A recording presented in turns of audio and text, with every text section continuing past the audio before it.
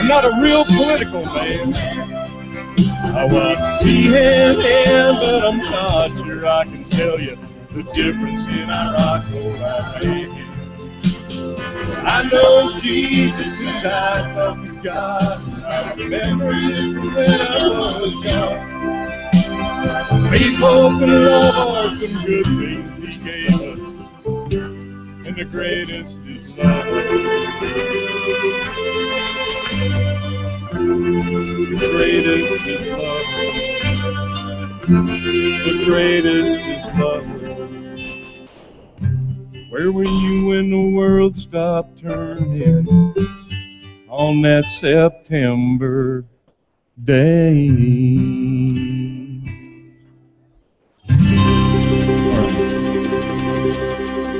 We can all remember where we were on that day. Our thanks to Alan Jackson for a wonderful song. All right, we're going to go and do a little bit more here. We're going to do a little something by Jimmy Buffett again, another tune to bring us to the thinking about getting ready to go to Charlotte, North Carolina. This tune's called It's 5 O'Clock Somewhere.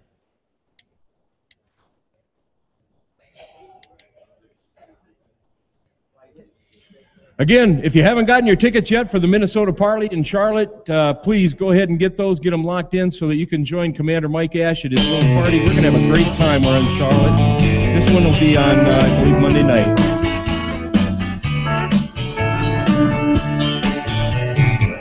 The sun is hot and the clock is surely moving slow, and so am I. Molasses in the wintertime. Can you get a little more volume up there in the booth? Are you up in the booth? Okay. Well, we're going to hold off on this one.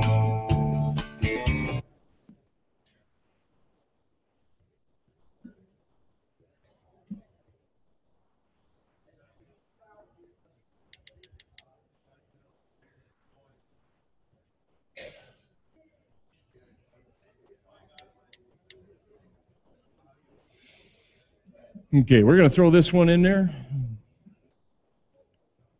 As the American Legion, we're always looking for fundraisers, looking to raise money, make money for our programs. Well, this is a little tune about raising money. Well, here we go. Anybody got a bid? Look at a bid. Anybody got a one? Look at a two. Anybody got a $3 bid? There's three. Look at a $4 out. All right. Little song about an auction. What's for you, knock it all who wouldn't listen to his mom? She told him that he should go to school.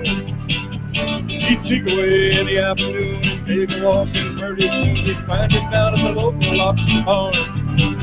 He'd stand with it so carefully, and pretty soon he'd begin to see how that auctioneer could talk so rapidly.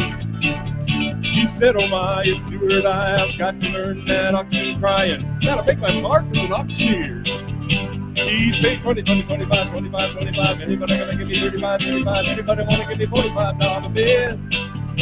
Yeah, 35, 35, 35. Anybody gonna give me 25, 25? Anybody wanna give me a $55 bid? As time went on, he did his best, and all could see he didn't just practice calling bids both night and day. His pap would find him behind the barn, working up an awful storm as he tried to imitate that auctioneer. It found his son, now we can't stand have no mediocre fans selling things and using our good name. I sent you off to auction school and you will be nobody's fool. You take your place among the best. He'd say 30, 30, 35, 35, 35. Anybody got 45, 45, $55 bid? Yeah, 50, 50, 55, 55, 55. Anybody want to give me 55, 55? Anybody want to give me $75 bid? So from that ballroom went through there to a band, he played it coolly, came back full-fledged auctioneer. Then people came from miles around just to hear it make that rhythmic sound, and it filled their hearts with such cheer. His strength spread out from shore to shore, he had all, could do no more, he had to buy a plane to get around. Now he's the top and all the land, let's call give that man a hand, 'cause he's the best damned auctioneer. He'd say 40, 40, 45, 45, 45. Anybody gonna give me 55, 55? Anybody wanna give me $65 bid? Yeah, 50, 50, 55, 55, 55. Anybody wanna give me 55, 55? Anybody gonna give me $75 bid?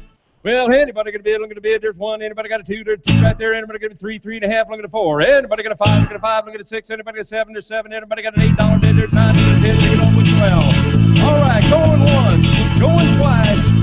Sold. All right. We hope you're all raising a lot of money out of your posts out there. And again, that's an old Leroy Van Dyke song called "The Auctioneer."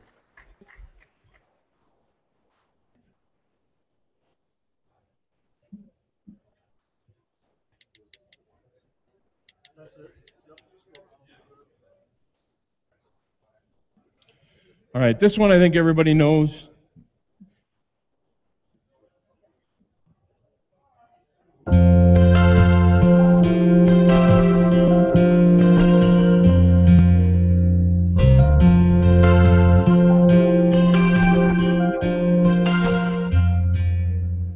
If tomorrow all the things were gone I worked for all my life, and I had to start again with just my children and my wife, I thank my lucky stars to be living here today. Cause the flag don't stand for freedom, it does for all of it, and they can't take that away. Well, I'm proud to be an American, where at least I know I'm free. And I won't forget the men that died who gave that right to me. And I gladly stand up next to you to defend your suit today. Cause there ain't no doubt I love this land. God bless the USA.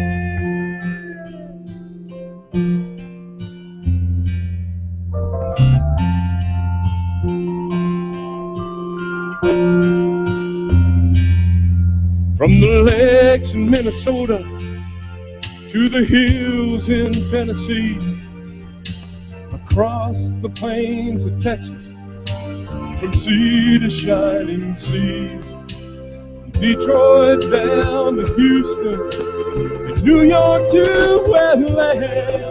Well, there's pride in every American heart, and it's time we stand and say, I'm proud to be an American, where at least I know I'm free. And I won't forget the men that have died who gave this right to me. And I gladly stand up next to you to defend you still today. Cause there ain't no doubt I love this land. God bless the USA.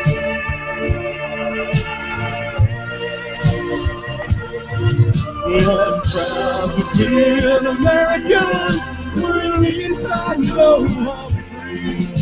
And I won't forget the men that died who gave that right to me. And I gladly stand up next to you, and next to you, and next to you, because, you know, there ain't no doubt this Marine's mine. Not at all. We live in the best damn country, though.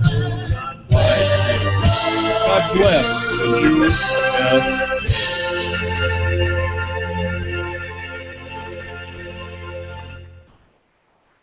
All right. Thank you, everybody. We're going to take a little break now, and we'll be starting shortly.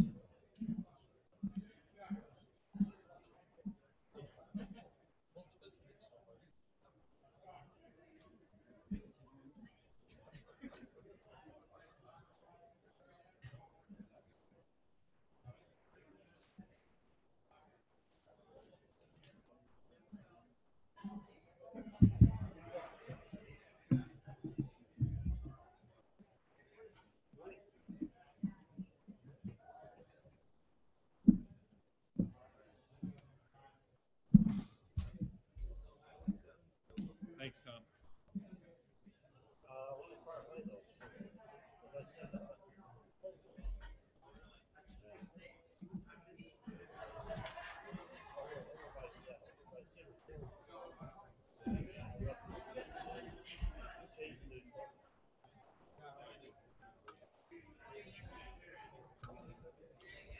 You want this tripod up here?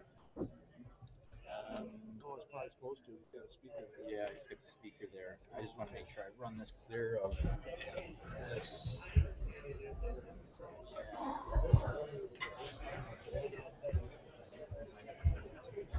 Sure.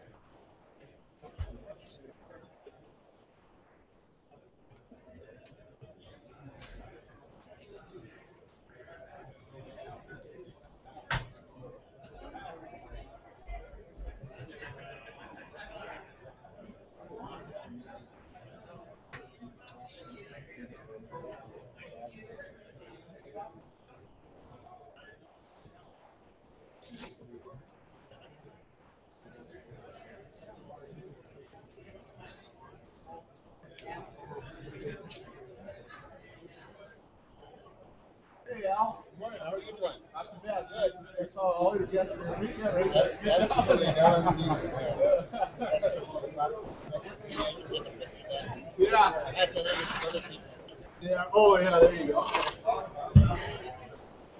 Good to see you. Though.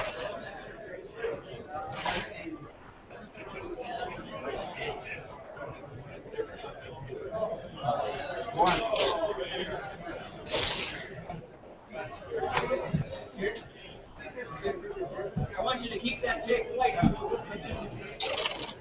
Gotta keep it looking clean. Down on his hands and knees, right?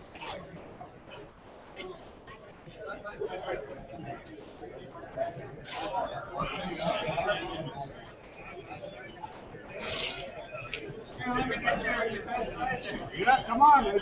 I'm not afraid.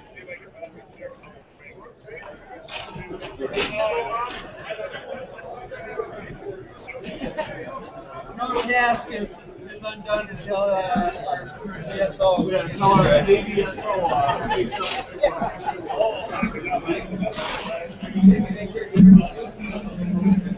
How are you guys going?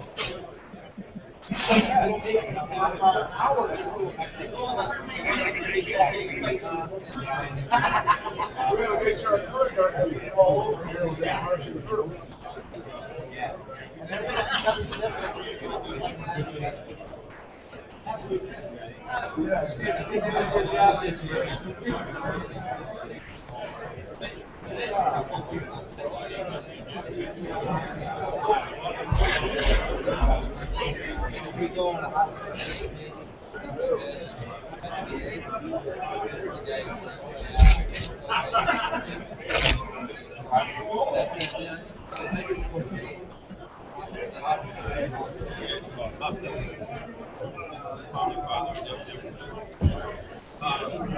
Go, man.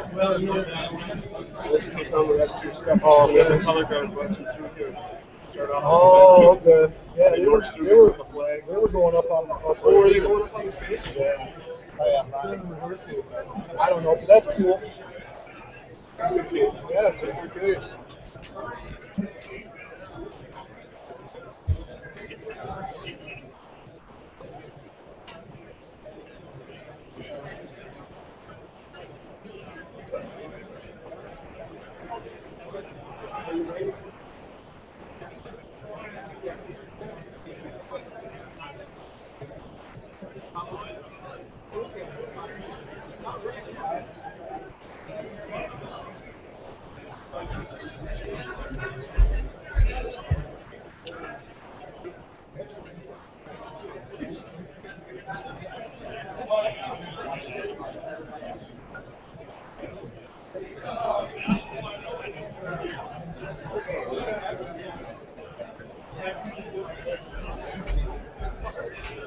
I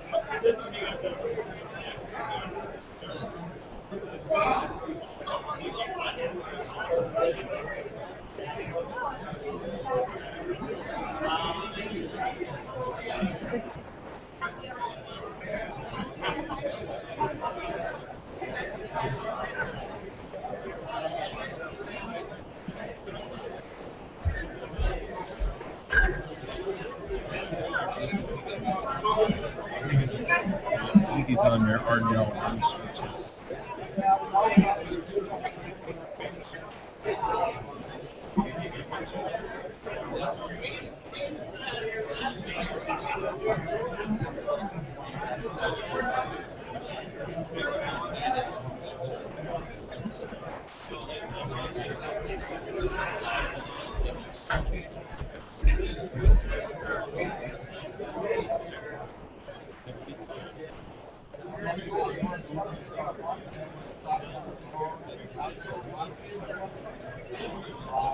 You know what? Oh yeah, absolutely. This is one slide.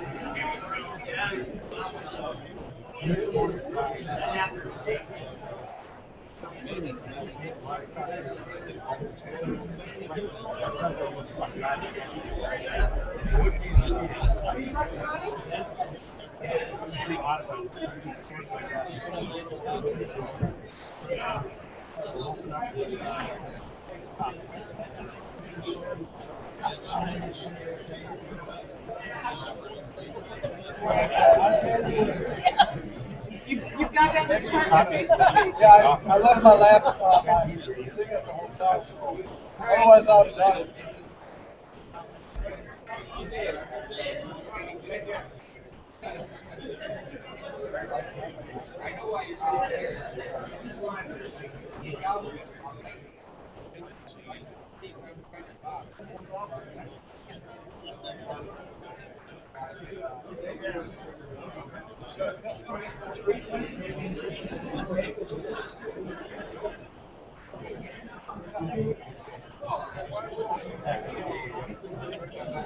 I don't know. I didn't even try.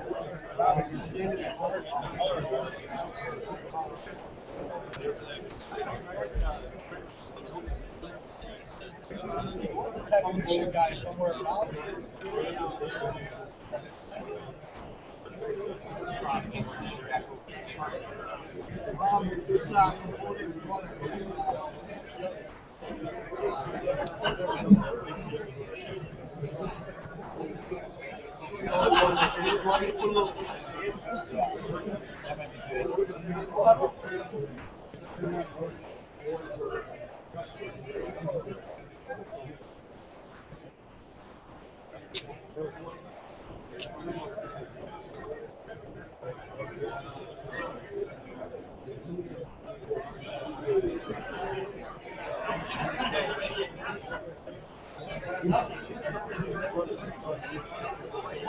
It's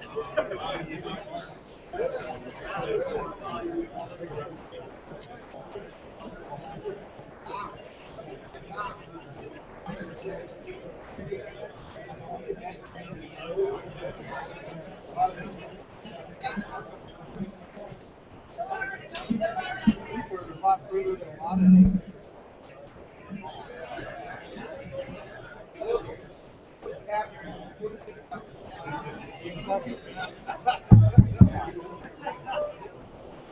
It can get confusing with a lot of buttons.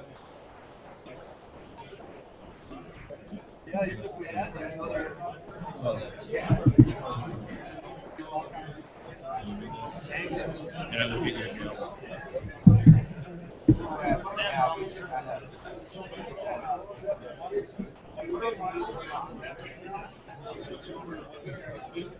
Yeah, I was telling him that I was talking to Don Amundsen, and I said, yeah, I talked to Richard, and he's going to end up running. I said, only because nobody else is going to check. He goes, joking, I tell him that it might not be a joke next year.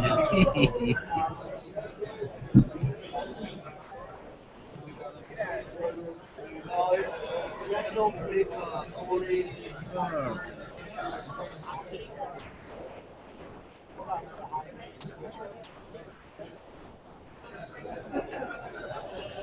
looks like about 1 minute.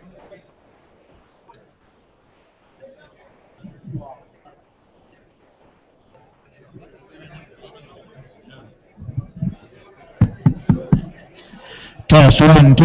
Yep. Guess I gotta speak up.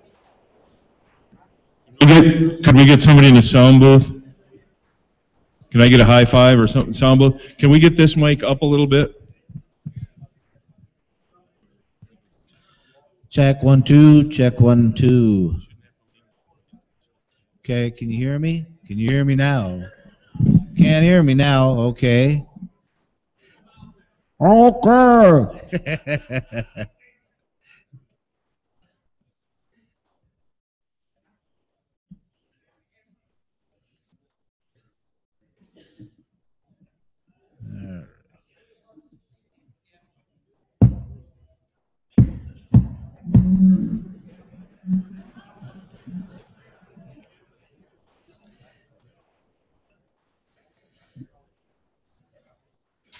Sergeant at Arms, please.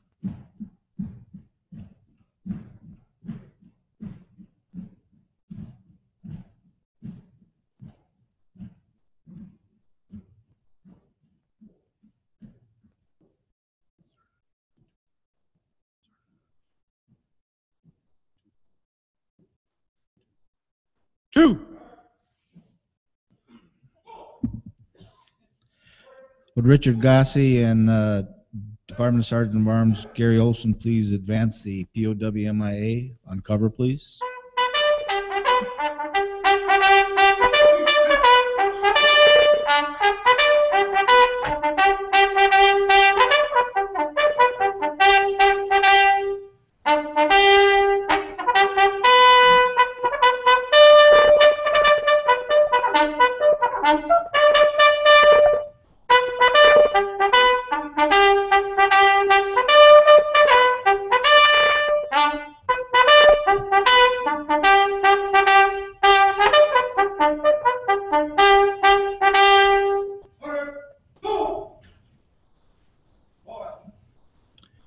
have a invocation by Department Chaplain Richard Wogue.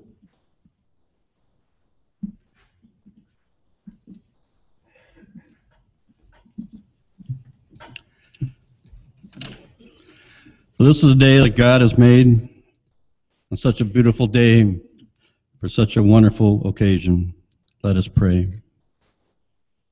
O Lord, at the beginning of this convention, we come to you for help and light. Grant that we may hallow these days to your service and find in you peace, wisdom, and strength. Grant that we may serve you in spirit and in truth, and build our work on a good foundation of justice and charity. Be with us in all our public meetings, and be at our side and our counselor as we work for the good of the comrades everywhere, of our communities, for our state, and our beloved land. We ask this in your name, O Lord. Amen.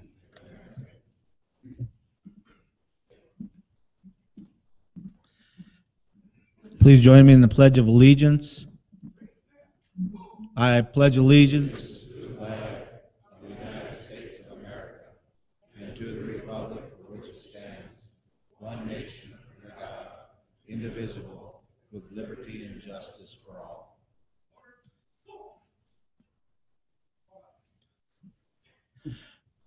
Please recite the preamble to the American Legion Constitution.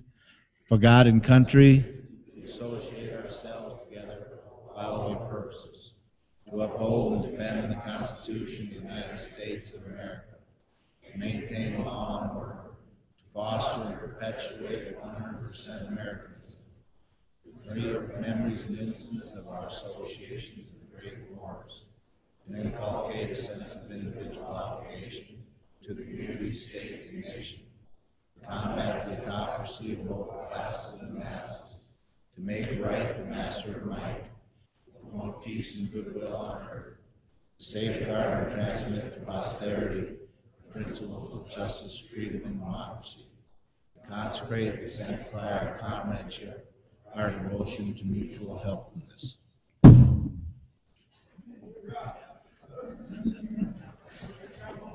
Right there's my gavel.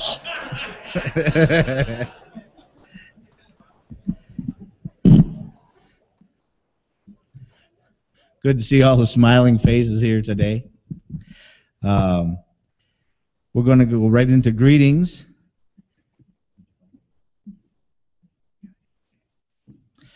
We're going to start off with the Mayor of Rochester, the Honorable Ardell Breed. Good morning. Well, it's not Oklahoma, but oh, what a beautiful Minnesota morning today out there. And welcome to all of you. Thank you for being here. We are honored when you hold your conference here. And I also want to thank you all for the service that you've given to our country. Thank you. I hope sometime today that you will have time to maybe visit our Thursdays on 1st and 3rd, which is right outside the Kaler Hotel area and going down a couple streets. Lots of crafts and bands that will be playing all day. It's a great event here in Rochester. We are now the 3rd largest city in the state of Minnesota. We're about 110,000, just a little over 110,000 people. And in the next 20 years, we will dramatically change. Mayo Clinic has pledged that they will be building $3.5 billion worth of new facilities, and other developers another $2 billion. And then a year ago or so, we had the Minnesota State Legislature approve $585 million for infrastructure. That some of that, $128 million alone, it comes out of that the city is doing. So all that together, $6 billion, the estimate is that this will generate 35,000 to 40,000 jobs over the next 20 years. So if you do the math of families, we probably will come close to doubling our size in the next 20 years. This past year, we got bonding money after about 7 years that we were going up to the legislature for this building. We will be starting late this year, if not early next year, another expansion of this building. actually out in the oval that's in front of the other part of the Civic Center. About an $82 million project, of which $35 million came in bonding money, and we're appreciative of that.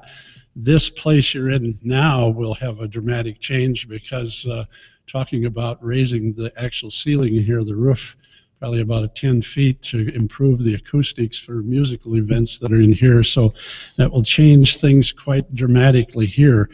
I would encourage you, and I know you are all in tune to this, but I think you can make a difference with our people that get out, that need to get out to vote in primary elections. That'll be occurring August 12th, and then also the general election on November 4th.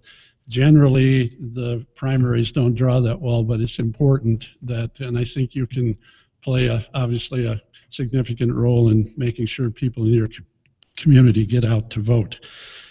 I am a member of the U.S. Conference of Mayors, and one of the things I was honored with a year ago was to be the chair of the Veterans Affairs Task Force, and that is an honor that we have folks when we meet in D.C.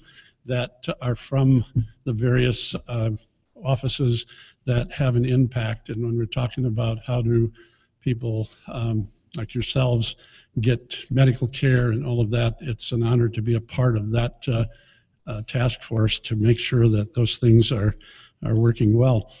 I've been privileged as mayor. This is my 12th year, but I'm privileged that twice I've been able to go overseas to visit our troops. Once with Governor Pawlenty to Kosovo, where we visited the troops there, and a couple of years ago it was to Kuwait to visit the troops there. And there was a group that's really started in, Pat Harris started that in St. Paul, where we served 10,000 steaks over there, grilled on real charcoal, and they get boiled steaks over there, so this was a real treat.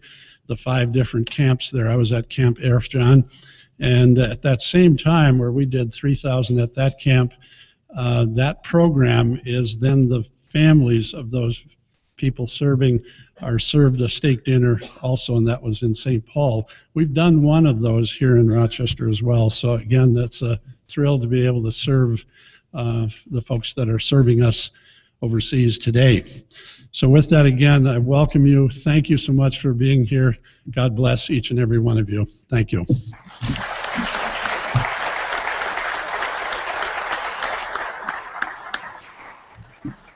Thank you, Mr. Mayor.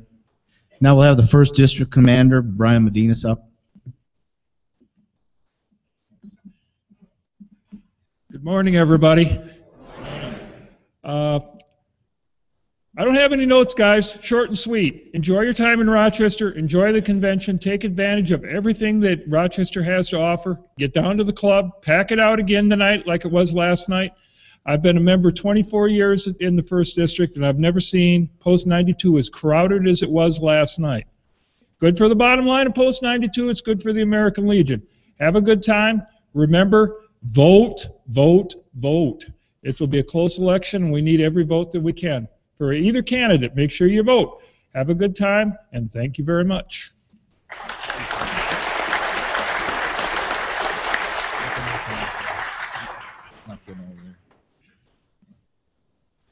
And now Reed Oberly for the General Convention Chair for Rochester.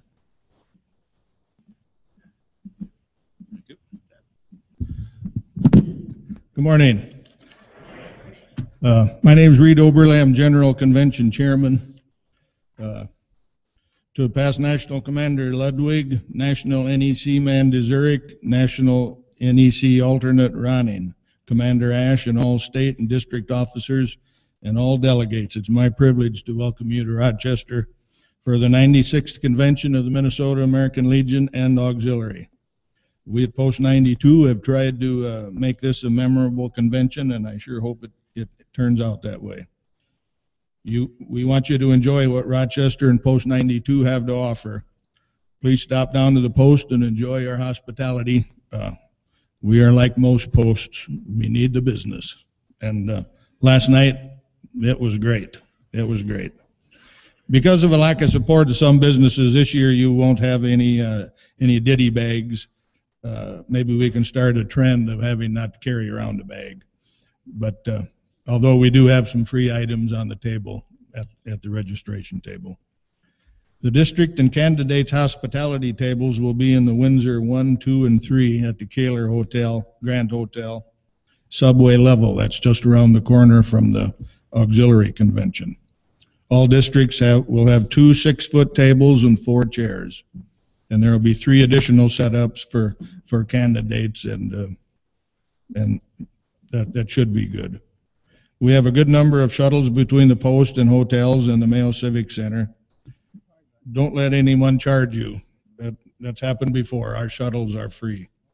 Pick up and drop off for the 3 hotels are at the Kaler Hotel. At the Kaler Grand, it's on the north side of the hotel near Starbucks. The Kaler Inn and Suites is right at the front door. The Marriott is the front sidewalk. Schedule and phone number is inside the front cover of your book. Like Mayor Brady said, enjoy Thursdays on First Avenue and along the Peace Plaza there. It's for good food and crafts, and you'll have a lot of fun there. Definitely do not miss Soldiers Field Veterans Memorial. It's 7 blocks south of downtown, and it's very inspiring. The parade route is in the book. We start at Soldiers Field at 7 o'clock and proceed north on 3rd Avenue to 3rd Street Northwest, and then we'll turn right behind the Charter House, the big apartment house, and we'll end back there right near the post. There will be water available for the parade marchers. In your book, it's for the convention committee rooms. I think you all know where everything is, but the Riverview Suites are in back of Taylor Arena, which you just go out here to the end of the lobby, go up the incline, and just follow your nose around the curved hallway, and it's another hallway behind the big arena. And the Mayo Civic Center administrative conference room is at their offices, which is in that big curved hallway. So you can just go in the front door there, whoever has that, school patrol that is. Okay. I think that's about it. Have a very successful convention. Thank you.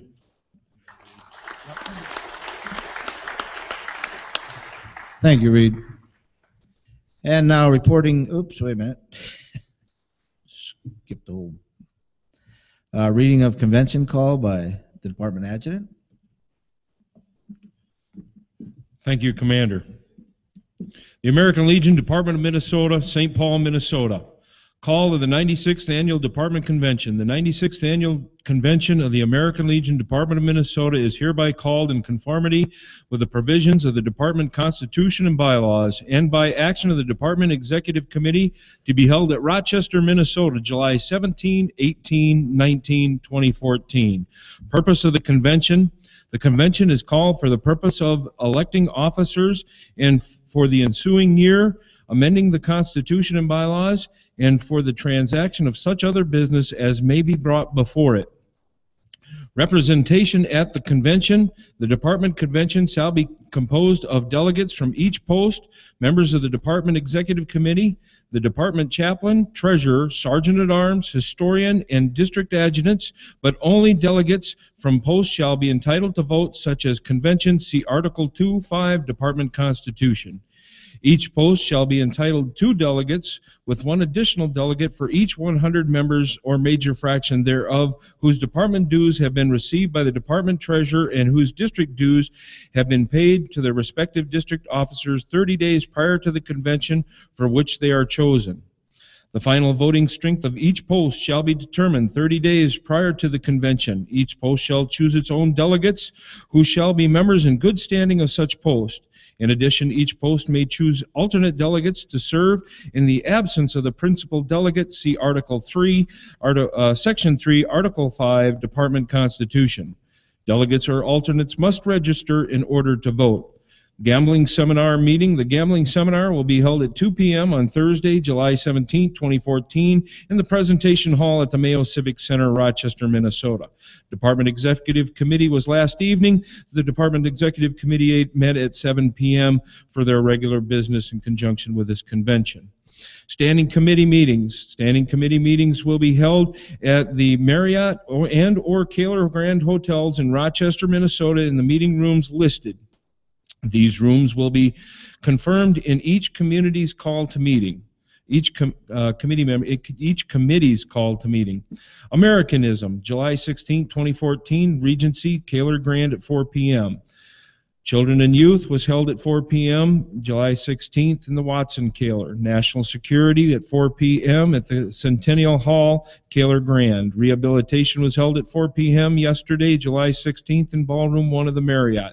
General sessions, as you're here today, are here in the Presentation Hall, the Mayo Civic Center, with today, following Friday, as well as half a day on Saturday. Housing and registration for the 2014 Department Convention.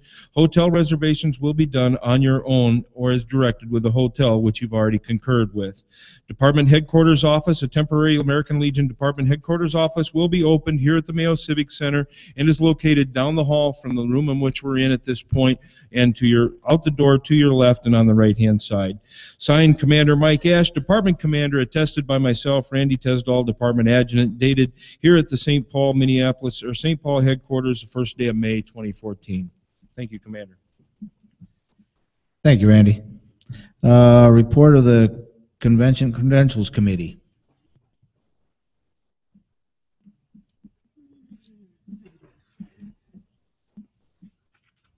Want me to move to accept these, this one, or just the final one?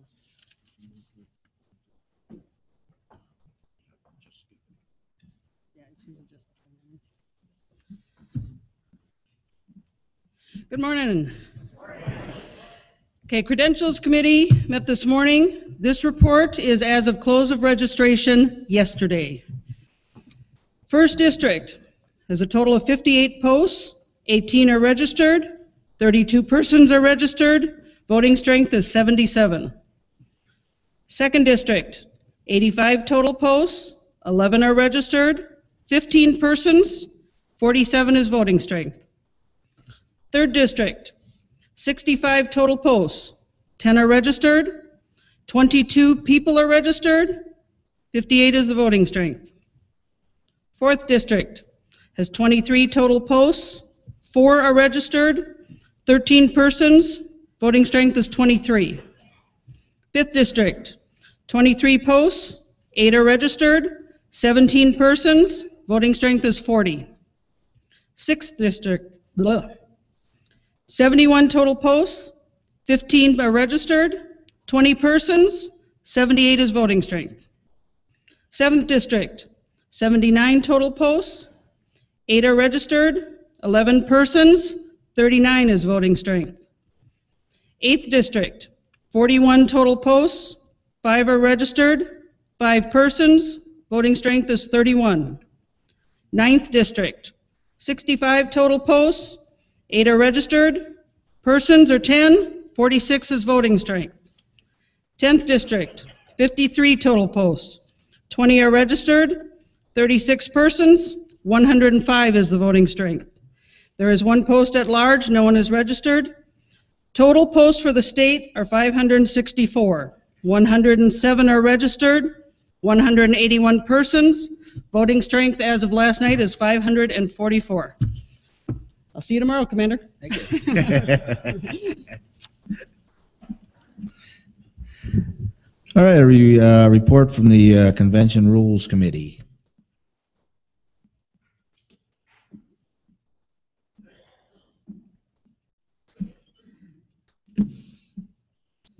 Good morning, everyone. Never thought I'd be behind this podium in my lifetime.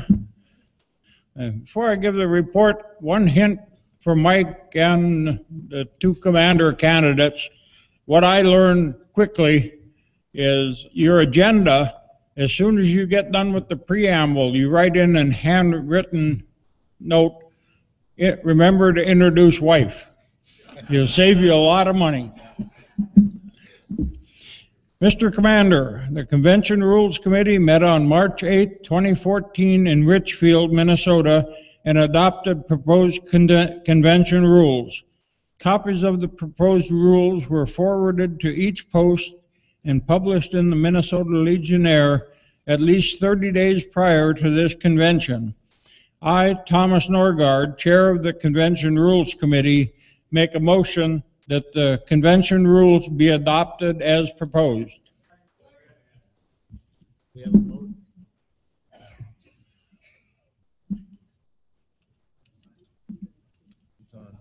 We have a. Hello? That works. We have a motion and a second on the floor to adopt the rules of the convention committee. Any discussion? All in favor? Opposed? Passed.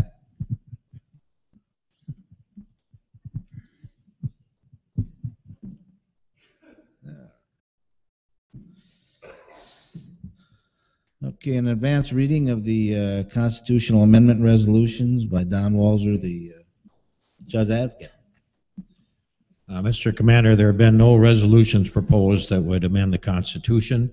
I do have one other announcement to make, if I can do that at this time. Ladies and gentlemen, at this time we have one candidate for department chaplain. It's Richard Wold, who served in that position and is serving in that position now. As you know, he's done a very good and a very honorable job. Unfortunately, the Constitution provides that he cannot succeed himself in office, and informed him of that this morning. And so that is an open position. I'd like you to consider who might be a good candidate for that, and tomorrow in the nominations we will need to nominate a person to be department chaplain for next year. Thank you. Thank you, Don. And now we'll continue with greetings. Minnesota Department of Veterans Affairs Commissioner Larry Shalato.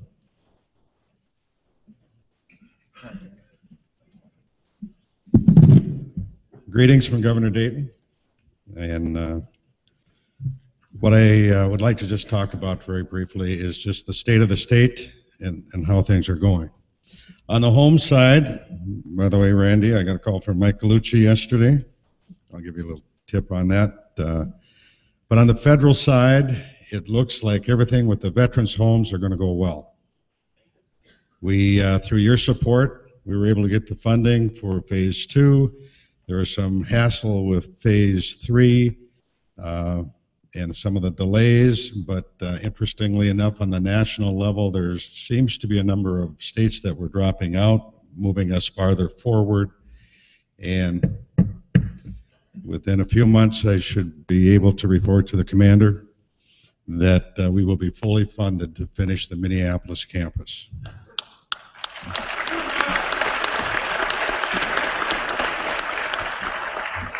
You could have been a little more enthusiastic, because that was a big deal. I mean, that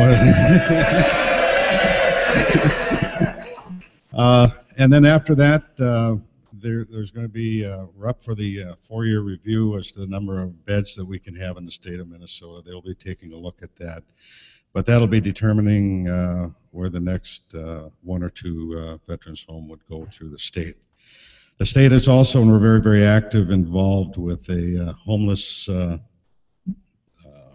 project. Minnesota, according to this Wilder study, and don't ask me how they figure it out, but at least they do it consistently year after year.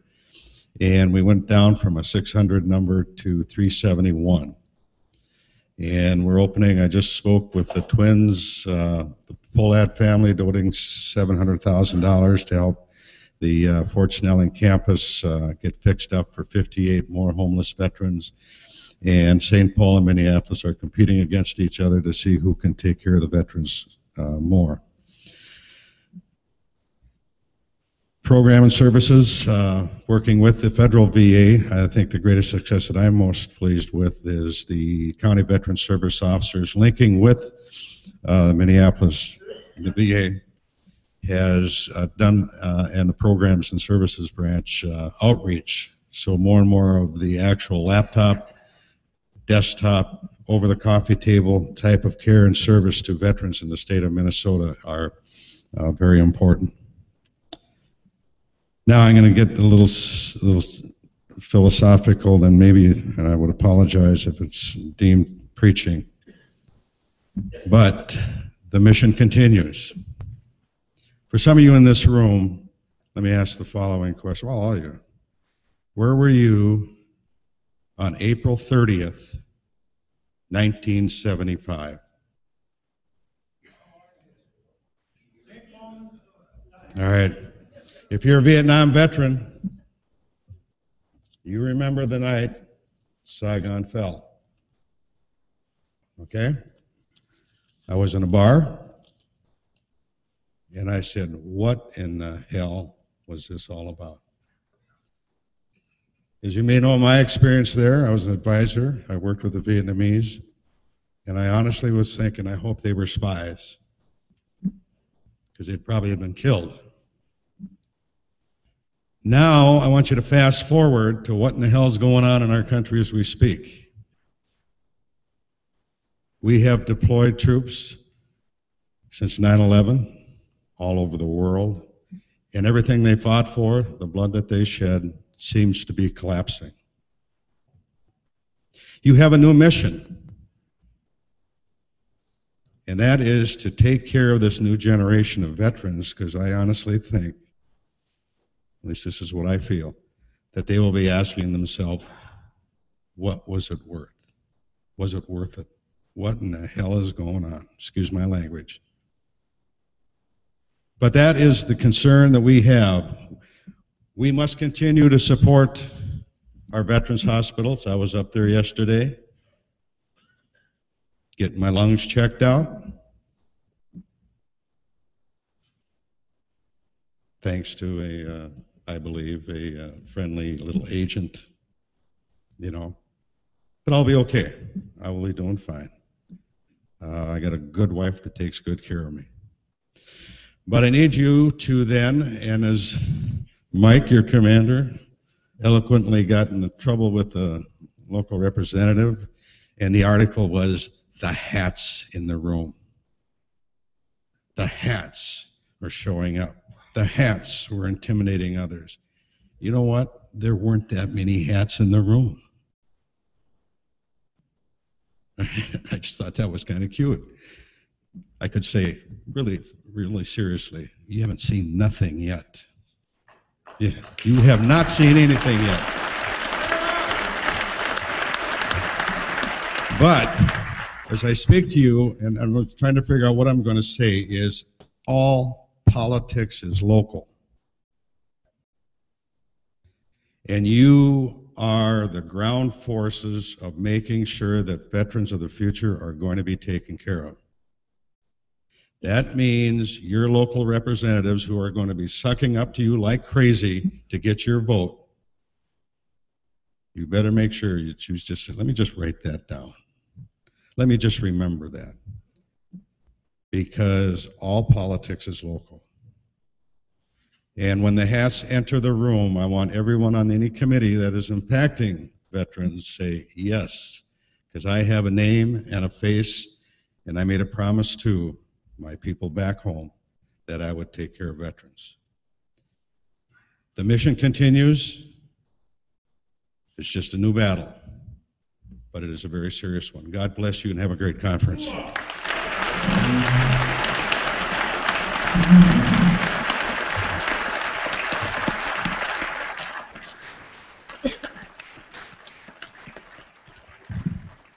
Thank you, Commissioner. And now for the, oh, I got a gavel. All right, order.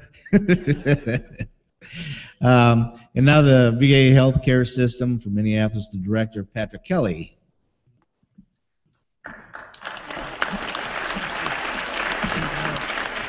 Good morning, everyone. Thank you. I will be very brief. I only want to make a couple of points. One, I want to thank you for your support. You know, as the General talked about, there's a lot of stuff going on, a lot of pressures, a lot of tensions in the system.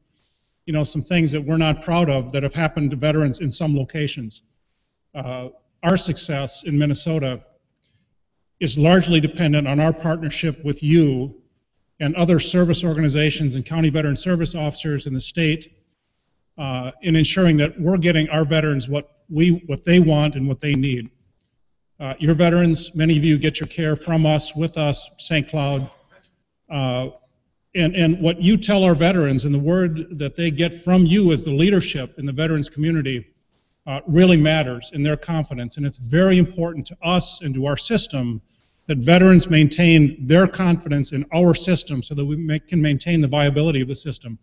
It's a system worth saving, and I really appreciate your efforts and our partnership to make sure that we continue to get better and better. And this is an opportunity for us. I view this, if there's dollars infused into the system, if there are new resources that come our way, we will make it better. We are good. I am confident that we are good, but we will make it better. One other point. I want to thank both the Legion and the Women's Auxiliary. You know, we, at the VA Medical Center in Minneapolis and in our community-based clinics, you know, we benefited in your last fiscal year by almost $200,000 worth of monetary and non-monetary donations. And from the Legion, 35,000 hours of volunteer hours in our medical center and in our community-based outpatient clinics, over 3,000 by the auxiliary. You know, that's almost 20 people, and that really mattered to us. So thank you for your support, both monetary, volunteering, your confidence in us and in our system, and again, we're with the Legion. We appreciate your partnership, and we will continue with you to make healthcare better for veterans. Thank you.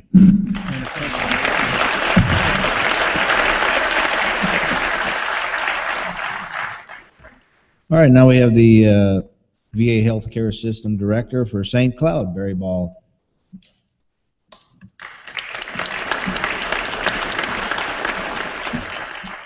I was just telling Pat in the back, I hope I don't repeat anything that he said, because if you're sitting back there, you can't hear a thing that's going on up here at the podium. First off, I'd like to bring greetings from all the staff and the patients and volunteers at the St. Cloud VA Medical Center. We have a wonderful group of people that are busting their backs day in, day out, trying to do the right thing for our patients, and I think they're doing a wonderful job. A little bit of what Pat was saying is the things that are going on around the country and all the press. It's very demoralizing for our veterans in Minnesota and certainly our staff. And I want you to know that we are trying to make sure there are no little gaffes anyplace along the line. My background is pharmacy, and I used to always tell my pharmacy staff that if they were 99.9% perfect, they'd make an error every 3 days. Let's just hope it's a real small error. We can correct it and get on with things. Things happen, and that's where I think a great network of people comes to play. If any of you see things that is out of the ordinary, you know, give us a call. Speak up. Don't go home and stew about something if it didn't go quite right. And oftentimes it could be some new person that just started working the day before, and they might not be totally trained yet. So you're our safety net, and you see things, hear things, and certainly keep us posted. Just a couple real quick things. We have a lot of construction going on at St. Cloud, so if you come out there and try to find a parking spot, follow the signs. It's very difficult. We didn't get a ramp like Minneapolis just got. So, but we do have a wind turbine that's not working, and there's plenty of space to park underneath that. For the record, there's a lawsuit going on in Washington to get the contractor to either fix that or remove it. The other thing is that we've doubled our space in audiology. We doubled our pharmacy space. We're doubling our dental space. So those three areas will be fully open here in another month or so. We are adding on to our nursing home, and that building 49, will have single and double rooms with private baths, which is going to be great. We'll continue that process throughout the campus, so our long-term care section is going to be brought up to current standards, and that's very, very exciting. We're finishing construction on a new psychiatry building right now, and we have out for bids additions to our other psychiatry units, and we're designing another floor on a building for more outpatient psychiatry space. All this construction is coming as a result of the massive growth that we've had in St. Cloud. And that growth, I always tell people, when I went to St. Cloud in 92, we were seeing about 6,000 to 7,000 veterans a year. Right now we're seeing about 38,000. So that growth has really put a squeeze on us. The delays in getting construction projects funded and completed take time, and we're right in that squeeze right now, but there is hope on the horizon. Lastly, I'd like to thank all the volunteer folks that help us. Trish Alljet's my volunteer director is in the back, and we have a booth set up. So if you need anything or want to talk to folks about what's going on in St. Cloud, Trish would be excellent. But your groups, the American Legion family donates about 24,000 hours a year at our hospital. That's equivalent to 12 full-time staff. That is just awesome, and I really want to thank you for all that you're doing for us, and for all the great letters. As this bad publicity has swept across the nation, I can't tell you how many nice letters we get every day thanking our staff for what they're doing, and how they don't know where those problems are because they're not seeing it here in Minnesota, and that really does help our staff maintain a high morale at a time that it's a little bit difficult. Lastly, I have a little pen set I'd like to give to Commander Ash for supporting our hospital as much as he has in the last year. You know, we have a lot of functions, and a lot of American Legion people attend every one, and your leadership has certainly been supportive. Thank you.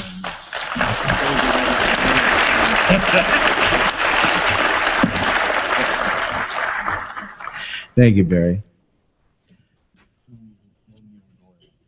No one knows, okay. Let's see, now we have Jerry Block from the 40 and 8.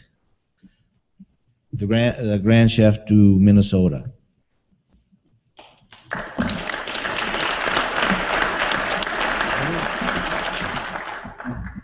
Greetings from Grand New, Minnesota, 40 and 8. Commander Mike, Adjutant Randy, officers and delegates. 40 and 8 organization has been around just as long as the Legion has, and at this, I'd like your permission to have all the 40 and 8ers stand out here if they would, please.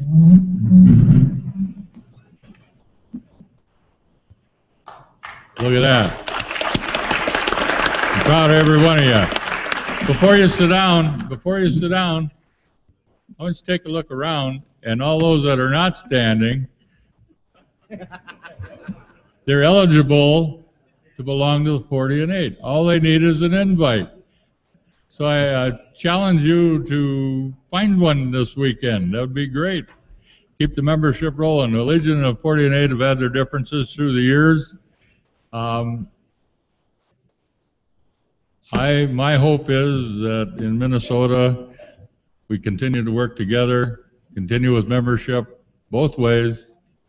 It's a full-time job for both of us, and that's about it. Membership is the number one thing. We're going down, down, down. Legion is having problems. VFW is having problems. 40 and 8's having problems. Everybody's having problems getting members. It's a newer generation that we got to work on, and it's a full-time job. So if we want to survive, we have to keep looking and recruiting. So with that, thank you very much, Commander. Thank you. It's been a pleasure. Good convention.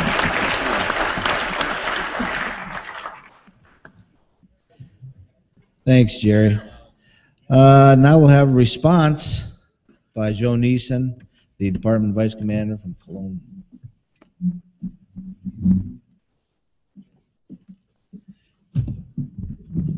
As you heard before, the first thing you have to do is introduce your wife. So I made my note, and she's sitting out there somewhere. One thing with these lights up here, we can't see who's who out there. So she's out there somewhere. And I didn't prepare no speech because I didn't know I was going to have to do this until I looked at this program and I see there I'm listed. So I just want to say I want to thank everybody for having me be their department vice commander this year, and it's really a good job. I think it's probably one of your better jobs you can have with the department. You go out, and meet different posts, and you really don't have to do that much except for go out and greet people and stuff like that. And of course, Denise and I have been kind of going back and forth on who's winning, and I think she's ahead right now, or she was ahead, but the others are further down. So anyway, with that, I guess that's my remarks. Any questions? If not, thank you.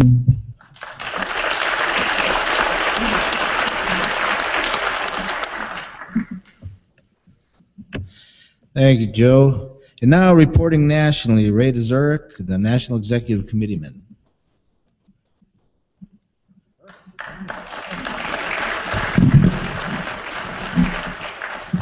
Good morning. Commander, delegates, guests, American Legion family. I bring you greetings from National Commander Dan Dellinger and alternate NEC Marlon Ronning. I'm going to review a few points that were covered in the NEC spring meetings, and hopefully it's only going to be a few, but I think there's a lot of important things. There was a lot of discussion about the 100th anniversary that's coming up, and it's kind of part of the 5-year plan.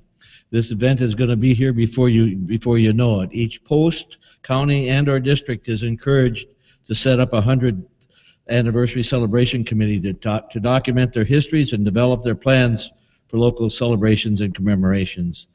Many promotions such as shirts, coins, etc. are being planned. Check out centennial.legion.org for guidance and ideas. You can also search legion.org for ideas, and also download a pamphlet called Legacy and Vision for more detailed instructions. Our own Elza Don is an important part of that anniversary. An interesting fact that past National Commander Spinogle mentioned is that out of the 14,000 posts that were originally charted, there are still 5,300 of them. Just think of that, 5,300 originally charted posts are still in existence. As far as membership, there's a lot of discussion about the DMS again. DMS is direct membership solicitation. That's where they rent lists and bring in new members. We're currently at over 120,000. DMS is a very important program for us. You look at our 2.4 million members, and 800,000 of those were recruited by the DMS program. In the finances to me is always very interesting. They have the most resolutions. They also have all the little tidbits, and one of them that they allowed is that $6 million has been approved for marketing the American Legion on nationwide TV, with the aim of increasing our brand awareness and raising money similar to what other veteran service organizations are doing. $1 million will be used for setup costs such as creating commercials, filming, creating PSAs, and other uses. The remaining $5 million will be used for media buys. A sample ad was showing that resembles something similar to the Wounded Warrior Project, where you are asked to pay $19 a month. With the National Convention coming up in August, the registration fee remains the same at $25. There are 4 cities who are vying to host the 2020 convention. They are Phoenix, Tampa, Reno, and my favorite, San Juan, Puerto Rico. So that selection will be made in the spring meetings in May of 2015. Excuse me. In American Legion Baseball, the World Series will be held once again in Shelby, North Carolina. Last year's attendance exceeded 100,000 attendees, and this year's series is already sold out. As of May, there were about 3,300 teams that were registered, and they expect, and there are now a little over 3,600 that are registered. Since 2009, we have lost 1,300 teams. A rule that was adopted in 2012 that our Department Baseball Committee did not support was rescinded. This rule would not allow college players to play American Legion Baseball starting in 2015. This would have really hurt our Division II program the most. This year's regional is held in Fargo, and then the next 2 years after that will be in Bismarck. In Boy Scouts, Joseph Blaze from Pennsylvania was selected as the 2014 American Legion Eagle Scout of the Year. He'll receive a $10,000 scholarship. There were 37 applications that were considered. I'm fortunate I room with Al Davis, or maybe he's fortunate he rooms with me, however you look at it. But Al lets me look at them and get to rank how I think they rank, and we both had this guy as number one. And what's really interesting about his project is that he recruited 150 scouts to escort 150 World War II veterans to the World War II Memorial via the Honor Flight program. He raised $6,000 for bus transportation from Philadelphia to Washington, D.C. At the end of 2013, there were 2,553 Boy Scout units with 68,154 participants. In the oratorical contest, there were 53 this year. Ashwat Kumar from Missouri won the $18,000 scholarship. All contestants received $1,500 scholarship, while quarterfinalists receive an additional $1,500. In the Committee on Youth, used to be American Education, Alexander Bauer was awarded a $1,000 legacy scholarship, while 26 others received $2,250. In total, $49,250 was awarded. Last year, I asked about the procedure used to contact eligible college children eligible for the scholarship, and I was told there is none. I was told that we just need to be vigilant and make that contact with the families and inform our schools about the scholarship opportunity.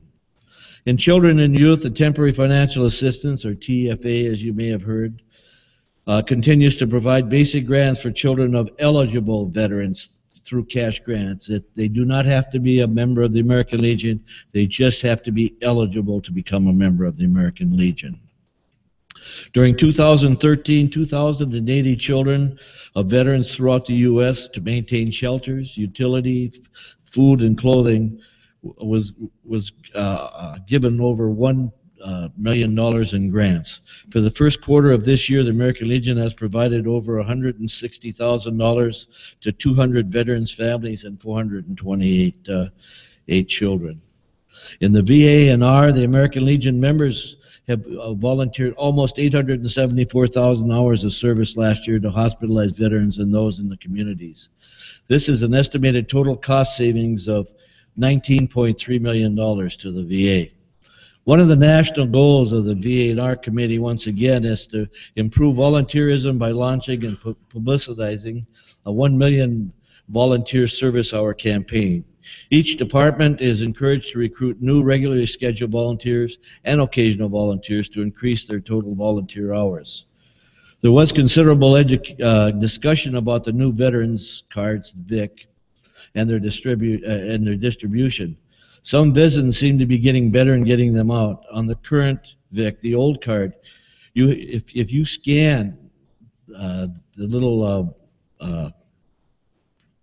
code on the side, with your phone, it'll bring up your Social Security number, so that's why they're changing those. On Internal Affairs and National Emergency Fund, the NEF currently has $2.9 million in the fund. They're always looking for donations because a disaster could complete that fund quickly. Look what happened in 1997. We used over $1 million of that fund. The SEL reported they had 323,048 members as of May 4th. This is 86.3% of their goal. Again, the SEL remained a strong supporter of the Child Welfare Foundation with over $185,000 donated so far. The SEL donates more money to the child welfare than the American Legion and the American Legion Auxiliary, and we need to commend them on that.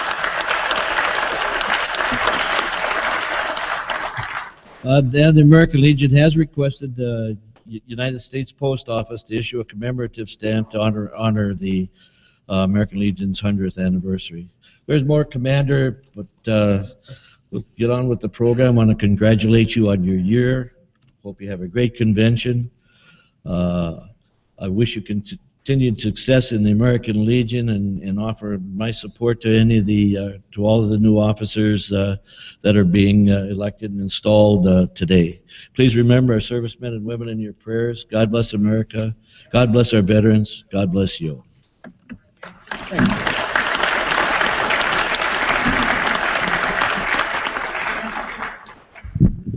Just to add on to that, and I don't want to steal any Al's thunder. I think Al's tomorrow, Al Davis. But Minnesota now has the largest American Legion baseball program in the nation. So that's outstanding. And that $1 million that they're going to use for getting our brand out there on TV. Our 3 guys over here from our IT department said they'd do it for $750,000. They'll do a commercial. Yes, sir.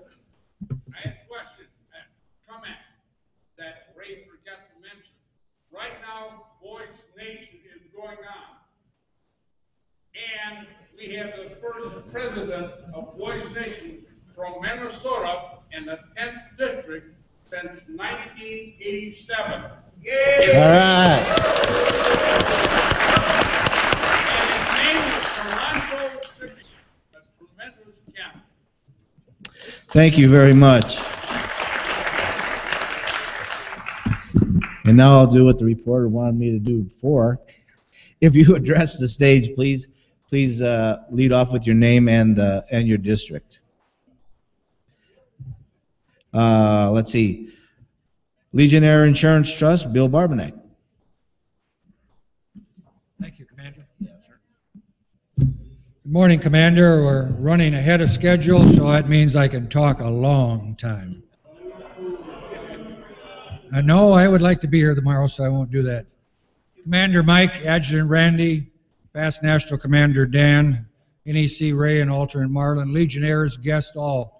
It's a pleasure to stand up here before you on behalf of the Legionnaire Insurance Trust Program. I would like to ask all the first-time people ever coming to a state convention to please stand, all the first-timers. Let's give these folks a big hand.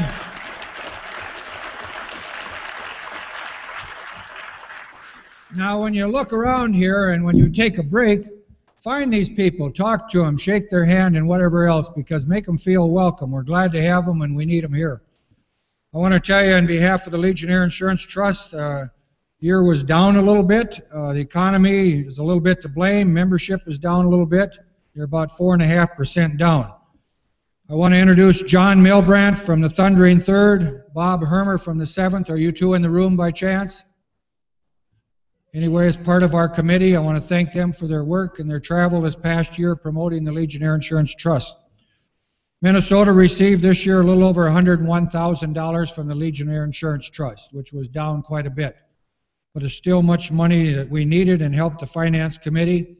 And since we joined Legionnaire Insurance Trust, the American Legion of Minnesota has received nearly $4 million, just about. I want to thank our treasurer, Dick Horn, for investing that money, spending the money wisely. I would love to see him give our budget a little bit more, but you know how Dick is. He just can't help himself. I want to tell you about a couple programs that have really taken off. The Emergency Care Program, which affects everyone here. It's about travel. It's $89 for an individual and $109 a year for a family. And that's when you're traveling. They will help you with motel rooms, travel, and other incidents. I know we've had people in our room use it and have benefited quite well over it over the past few years. Everyone should know about the accidental death. Every member is covered for $1,000. Everybody in this room today would be covered for $5,000. I hope nobody collects on it, not a soul, because we need everyone there is. But unfortunately, practically every month I receive 1 or 2 notices that have been paid out on it. But you must register, and you can do that by calling 800-235-6943 or going to lit.com, and you can register there with just your membership card number, and you're good to August of 2016. There's an article in the Minnesota Legionnaire. We have a booth set up over there with supplies. I would like to ask everybody that's the adjutant or membership director, we can get these to mail out to your members, especially your new members, and get them signed up in our program. Last night, we were fortunate to have Jonathan Vila from the USAA program here. Another one of our enhancement revenues. I promote the program. I think it's great. I have my own automobile insurance with them. I think everybody should take a look at your homeowners, take a look at your auto insurance. I save myself, I kid you not, I have 3 cars, $750 a year. I used to be with State Farm. Good friend of mine was a State Farm agent. Take a look at it. I used to say I'm not here to sell insurance. I am here. I want you to purchase insurance. We are good companies. We're helping the Legion. It keeps your dues dollars down, and we can get more members, Commander. So it's very important you look at that. I want to especially thank Randy Teasdall, our adjutant, Jennifer Kelly, Laura, Misty, and especially a guy that gets hardly any recognition, Al, our newspaper guy down here. They do a tremendous job for us.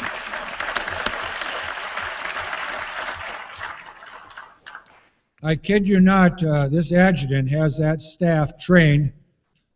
I get 5 to 7 phone calls a week about LIT, which is great. I'm glad. That's part of my job, and if I don't, we'll get somebody else who can do a better job. So I thank you for that. They could call a little bit before 10 at night would really be helpful, though, if you would tell them that. I want to tell you we have a tremendous cancer program, and I can tell you I believe in it and I know all about it just recently. But it's very good insurance. If anyone has any questions or anything else to keep moving along, come and see us at our LIT booth. We'll be glad to answer any of your questions or anything we can do for you. Commander Mike, we've had a lot of fun this year. I thank you very much for the appointment. I've enjoyed traveling around to the districts. I know John and Bob have too. And I hope that we're always looking out to help that veteran. Everyone should be covered. There should be no reason why that person hasn't been signed up for insurance. And we hope that they don't have to use it, but unfortunately that happens in life. Have a great convention, and the next 2 days will be a lot of fun. Thank you.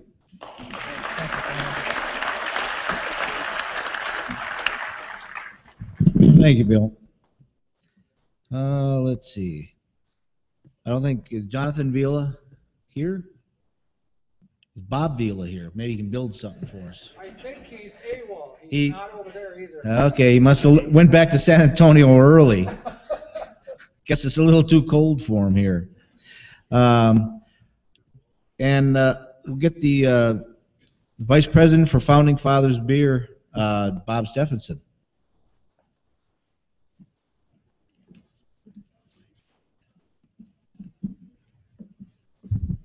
Good morning. My name is Bob Stephenson, and by the way, some of you were at the DEC last night where I was privileged to be able to speak, so I apologize for somewhat of a repeat here a little bit. I am Bob Stephenson. I'm a member of American Legion Post 501, Woodbury, Minnesota, and it's kind of fun being at a department convention where I know so many of the towns. This is the 5th convention I've done in a month. I've done Florida, North Dakota, Illinois, Iowa, and then now Minnesota. Tomorrow morning I fly to Pennsylvania to do Pennsylvania's department convention. But it's fun to, I was talking to a couple gentlemen from Anoka, the 1st Legion post that I played baseball for, and I later played for Rosetown as well. I was in the Marine Corps for 28 years, active in reserves. I was a Cobra pilot. I retired as a lieutenant colonel in 2011, and I did Iraq in 04-05. My son, my oldest, is a second lieutenant in the Marine Corps station in Pensacola, Florida right now, just starting flight school, and my 2 oldest daughters are both at the University of St. Thomas on Navy ROTC scholarships.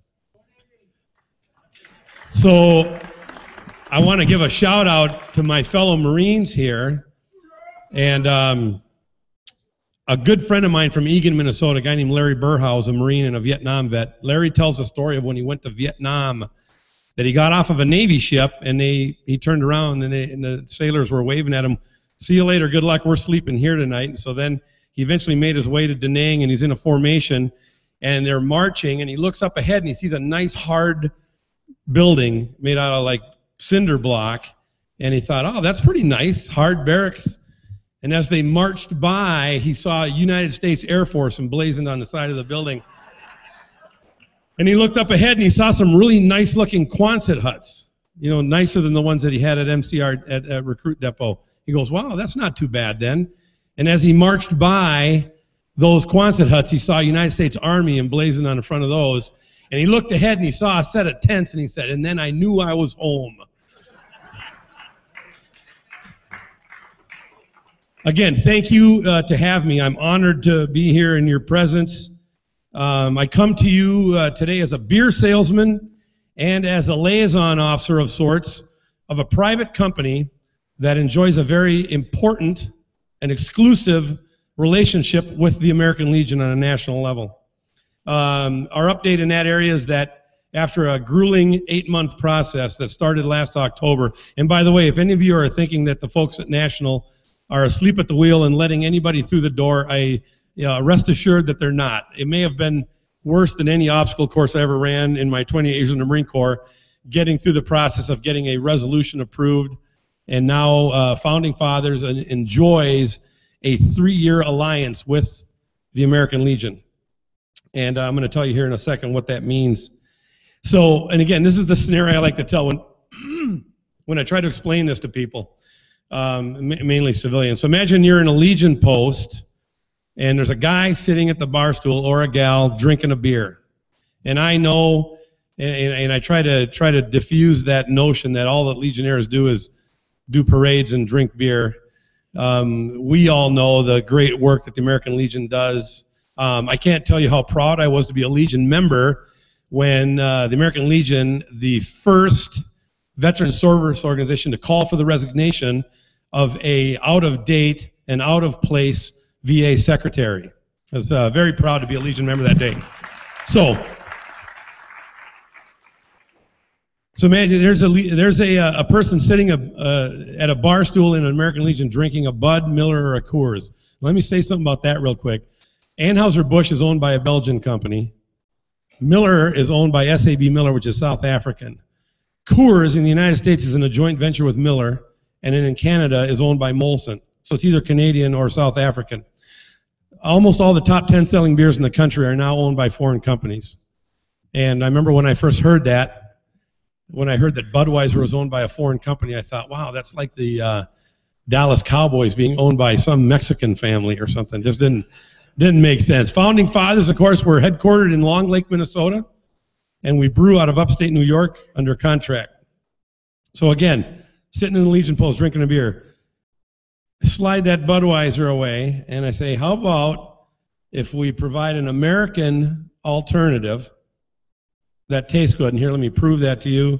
And by the way, speaking of tasting the beer, tomorrow night at the hospitality, in the hospitality room, there will be Founding Fathers beer for you to sample and consume.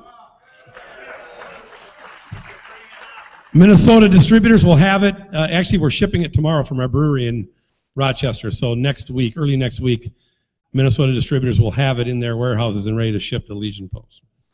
So again, American alternative that tastes good. We've got an amber lager, a pale lager, and a light lager.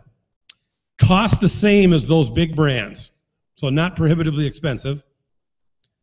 And finally, the company that makes it will donate 50% of its profits to the American Legion. What? And again, in a room full of people like that, it's like somebody raise their hand and give me a good reason why that doesn't make sense. And like I told a crowd down in Beaufort, South Carolina 2 summers ago at a Gary Sinise concert, it's the ultimate no-brainer in the history of adult beverages. The way I sell Founding Fathers to civilians, because we're not just going into Legion Post, that's our beachhead, and American Legion, and by the way, I also want to announce that originally our proposal was of Legion Post sales, our 50% profit donation will go to the American Legion. Now, we are now a national partner, and so the American Legion and the Armed Forces Relief Trust are both beneficiaries of our sales outside of Legion Post. Liquor stores, civilian bars, everywhere else. So I go up to a civilian, and I've actually done this. I usually have to have a couple beers in me myself before I do this, but I'll go up to a civilian and say, and how many times has someone said to you, thank you for your service? You know, as a veteran, you feel a little awkward. You're kind of like, you're welcome. Now buy me a beer. You know, you're like, what do you say? So, but we know what they mean, and a lot of good-hearted people in this country support the troops, and they want to do something, but they can't. They're broke because their taxes are too high. They're busy running their kids around. And so we have come up with a great solution. And I've said this to people in bar. Let me make this easy for you. You don't even have to get off of your bar stool. Just, again, slide that Mick Golden Light or that Coors Light away from there and drink Founding Fathers, which tastes good, costs the same, is totally American, and 50% of the profits support American military families through nonprofits such as the American Legion. Why wouldn't you do that? So instead of just wearing a yellow ribbon magnet on the back of your car and then not doing anything else for veterans or for the military, just change your habit of the beer you choose to drink and support the American Legion and other military families as a result. So we're in 9 states so far, rolling out more. The Alliance National has decided how the split is going to go, and I keep hearing different things. And in fact, but the bottom line is that the Post, okay, so once Founding Fathers makes that donation of 50% of our profits, of that pile of money, the Post is going to keep at least 50%. And then I think they're still trying to figure out between department and national how the rest of that split's going to go. And again, it's not just Legion Post. So what can you all do? And this is what I'd like to close with. A call to action, if you will. This is a team effort. Again, I'm standing here representing a company, and I can't tell you, my dad, about a year after I was commissioned a second lieutenant in 1983, my dad sent me a card in the mail, my membership to American Legion Post 501 in Gary, Minnesota, which is my dad's hometown, and the post that he always belonged to. My dad was an Army enlisted man. But as the American Legion, for us to be able to put our logo on a tap handle and the American Legion's logo, on tap glasses and on banners and everything else, that's big stuff. So again, we don't take it lightly, and it's a privilege and an honor. But it is a team effort, and here's what I'm asking you all to do. First of all, go back to your post and urge your bar manager to get Founding Fathers ordered. We have bottles and we have taps. Now, the real estate of a tap handle is important for us because we don't have the money to run multi-million-dollar television ads, either during the Super Bowl or not, like Bud Miller and Coors do. And so this is a little billboard in a bar. And a lot of people will go into a bar and will say, let's see, what am I going to try? And they'll scan the tap handles. And a lot of times they'll pick based on that. Other times, and my plan is to go to every Legion Post bar in Minnesota and work with the bar staff and say, hey, if you get a guy who walks in here and says, what's new? What should I try? Now you have an answer for him that, again, benefits the American Legion. So again, and there's going to be some conversions that are going to have to happen. Imagine if you're trying to sell a Ford F-150 to a diehard GMC pickup truck guy, and granted, a lot of times in the world of pickup trucks, there may not be clear-cut differences. I think I've shown you that there is a clear-cut difference with Founding Fathers. And so for, a lot of these bar managers are going to say, well, I got my loyalists. If I bump that Bud Light, I'm going to get somebody complaining. And I said, well, it's going to take some education. And I plan to do what I can to help that. But a lot of that's going to be on your part as well as a commission or a board at the Post or a regular patron, if nothing else. And you have to remember also that these bar managers work for you and the American Legion. The second thing is other retail. Liquor store down the street. Once you get hooked on Founding Fathers in the Post, you're going to want to take some home to serve at a barbecue or to have at home. And so go into that liquor store and say, hey, Founding Fathers, and if they're in the same zip code as your Post, they're going to get from the same distributor just like they get every other beer. And then the third one is just spread the word that now there's an American alternative that tastes great, costs the same, and supports the American Legion. Again, I want to thank you for the time. I want to thank Commander, Adjutant, Associated Staff, and officers, Sons, Auxiliary, Riders, and Legionnaires. I'm honored to be in front of you speaking. I thank you for your time. And God bless the best country ever invented, and still, although sometimes we think struggling, still ticking along, the United States of America. Thank you again.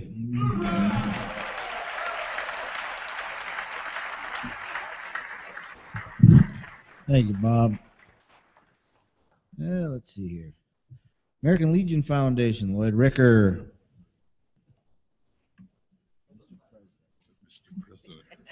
Thank you, Mike. I'm sitting back there and I'm saying to myself, I got to follow Bill Barbnick, and he's a very energetic person. I'm saying, boy, I don't know if I can do that. The next thing I know, I'm following a beer peddler that's, you drink his beer and he's going to give you money back. That's a hard act to follow, let me tell you.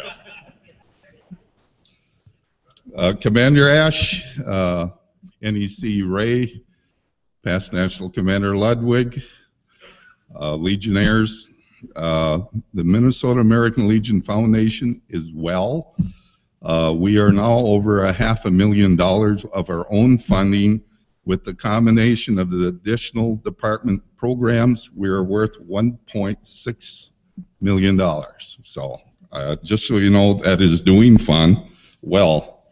I want to thank the Legionnaires and the Post who have donated this past year to the foundation.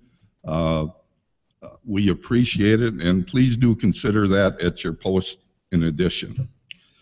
I would like to recognize the members of the committee besides myself. Wayne Hammond, would you stand please?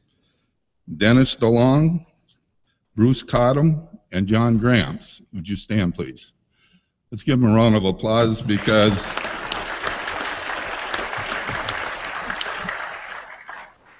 along with the help of Laura, by the way, Randy, she does a great job for us. We appreciate it. That actually concludes my report. Please keep sending donations. We appreciate it. Thanks.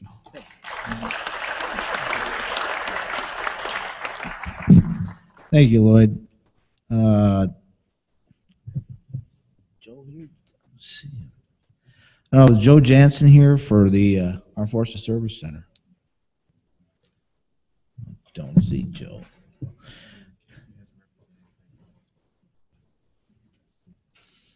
Okay. And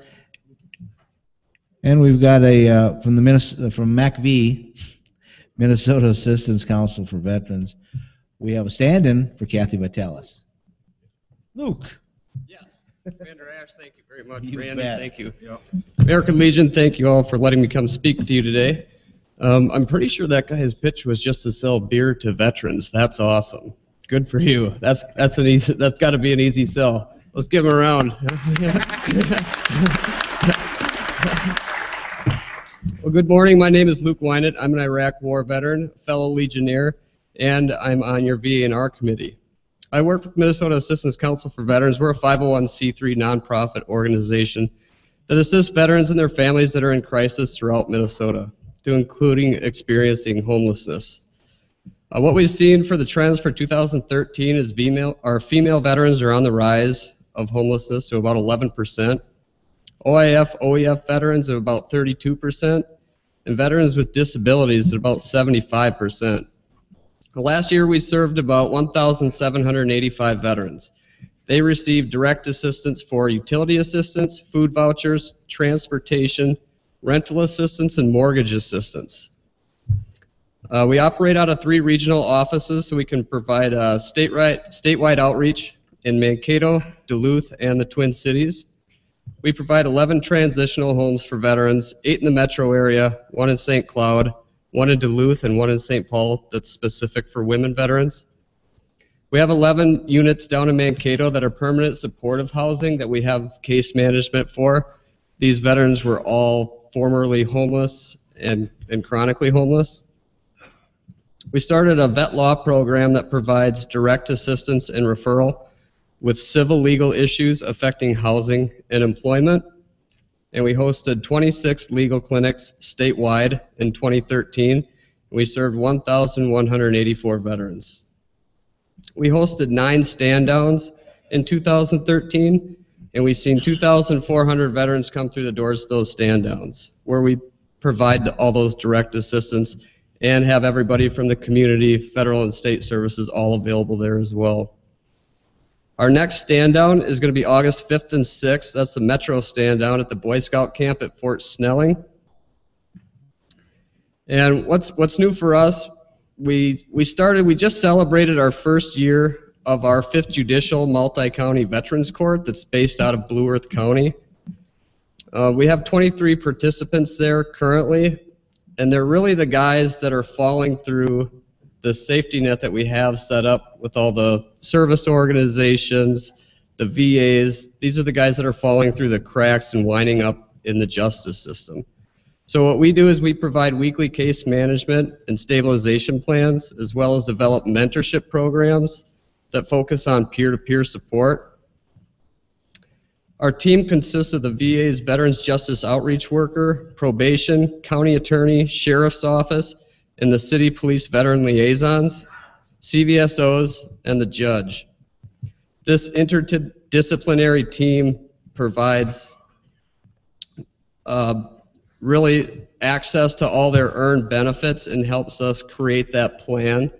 So when these guys fall through the cracks, all those services that they may be missing are now put into a case plan, and we follow them weekly and do weekly updates with the team.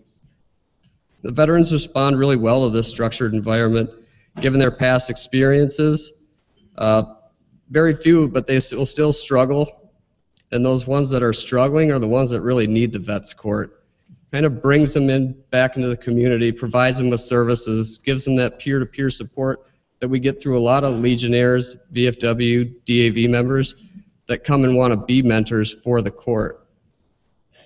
Like I said, we just celebrated our first year, and we've had 3 participants graduate. It's not the path of least resistance. They still have to, all their criminal cases still go through the regular court process. So this would be in addition to. So they don't necessarily get out of anything, but they're really set up for long-term success.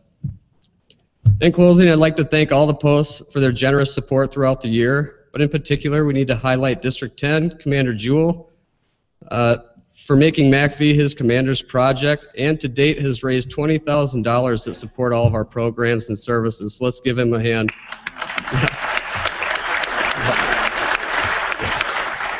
Thank you all and have a nice day. Thank you, Luke. All right, let's see. I don't see the National Northwest Division Vice President here, I don't think yet. So we'll just skip on to Veterans Affairs and Rehabilitation. Oh, is Phil Ringstrom here? There's Phil. You're missing. Thank you, Commander Ash. Good morning, sir. Past National Commander Ludwig, Legionnaires. You heard from Mr. Kelly, Mr. Ball from the Department of Veterans Affairs Medical Centers in St. Cloud and Minneapolis. But from the VA&R committee, as chairman, since what's happened nationally, and if you paid attention yesterday from the acting Secretary of Veterans Affairs, who made a comment, and it's a statement that bears true and causes concern, of course, for all of us as veterans and Legionnaires, is the fact that today the trust for the Department of Veterans Affairs has never been at this lowest by veterans and by the civilian population. And that's tragic, because we in the American Legion do believe that the VA healthcare system is a system worth saving. But the work has to start to begin now, while that's happened nationally and tumultuously. But we're fortunate. We're in Vision 23. We're Minnesotans. And we have some, what I would consider, quite decent, competent, and leadership with integrity. Standing behind me as I introduce this gentleman, who is the acting director of Vision 23, which is responsible for the healthcare system of Nebraska, Iowa, Minnesota, North and South Dakota. Chris Stomberg, who is the acting director of Vision 23 since 2013, has had the courage, because he inherited this stuff, so to speak. And as I look at, as a past VA employee, I look at the situation where all of a sudden an agency that you committed your life to is now all of a sudden being accused of not being trusted. It's got to be a tough cross to bear. But Chris, on behalf of the committee, which we asked him to present, is here to start to mend that bridge and tell us what's going on with Vision 23 and how things have gone well, because there's a lot of good things. So with no further ado, Chris Stomberg, not Christopher, because his mother calls him that when he's in trouble. A young man who came into the VA as an analyst, as a CFO, who is managing $2.5 billion of the network, is with us today to clarify and update us on what's going on. And let's give a warm welcome to the acting network director, Chris Stomberg.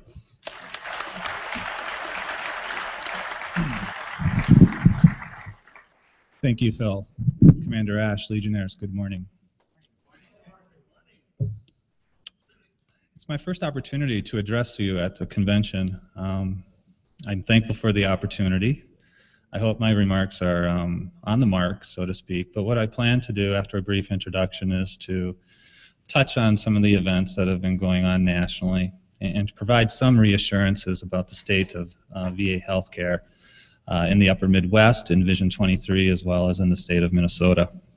So, I'm very pleased to be here today representing more than 13,000 employees of the VA Midwest Healthcare Network, also known as Vision 23. The VA Midwest Healthcare Network is one of 21 healthcare networks that comprise the Veterans Healthcare Administration. Our network serves more than 430,000 enrolled veterans that live in the states of Minnesota, Iowa, North and South Dakota, Nebraska, and portions of other neighboring states. Our network delivers clinical services through a system of integrated hospitals, clinics, community living centers, and residential rehab centers. So with that as an introduction, let me move to current events. This is a critical time for the VA. We've never seen the amount of critical attention from media, from our constituents, from the general public that we are serving.